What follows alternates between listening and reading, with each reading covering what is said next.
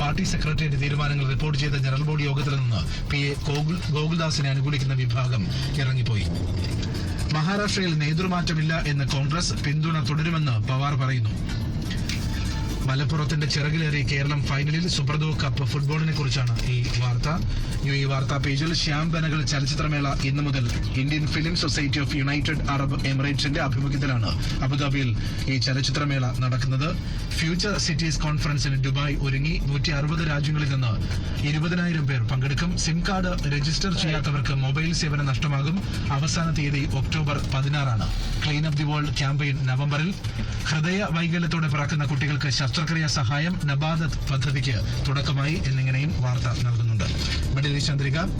മുണ്ടൂരിൽ ഒത്തുതീർപ്പ് ശ്രമം പാളി എന്ന തലക്കെട്ടോടുകൂടിയാണ് വലിയ പ്രാധാന്യത്തിൽ ഈ വാർത്ത നൽകുന്നത്. സംസ്ഥാനത്ത് വൈദ്യുതി നിയന്ത്രണം തുടങ്ങിയ തലക്കെട്ടുകളുമുണ്ട്.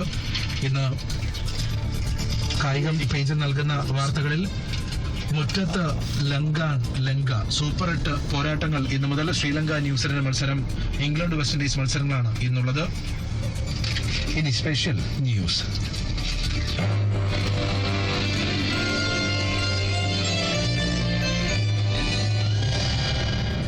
തേൻ വടിക്കുന്ന കൈ നക്കാതിരിക്കില്ല എന്ന് തെളിയിക്കാൻ മഹാരാഷ്ട്രയിൽ നിന്നൊരു അഴിമതി കൂടി. ഇക്കുറി കർഷകരെ സംരക്ഷിക്കാൻ വേണ്ടിയുള്ള ജലസേചന പദ്ധതികളിലാണ് മന്ത്രിയും ഉദ്യോഗസ്ഥരും കൈയും കാലും പറ്റാവുന്നതൊക്കെ ഇട്ട് വാരിയത്. ഫലമോ ഭാരതീയന് പറയാൻ കോടികളുടെ മറ്റൊരു അഴിമതി കഥ കൂടി. അതിലേക്ക് വരുന്നതിന് മുമ്പ് മഹാരാഷ്ട്രയിൽ തന്നെയുള്ള വിദർഭയെക്കുറിച്ച് ചില കാര്യങ്ങൾ പറയാം. ഇന്ത്യയിൽ എന്നല്ല, ലോകത്ത് തന്നെ വിദർഭ പ്രസിദ്ധമോ കുപ്രസിദ്ധമോ ആണ്. കർഷക ആത്മഹത്യകളുടെ കാര്യത്തിലാണ് ഈ പ്രസിദ്ധി അല്ലെങ്കിൽ കുപ്രസിദ്ധി.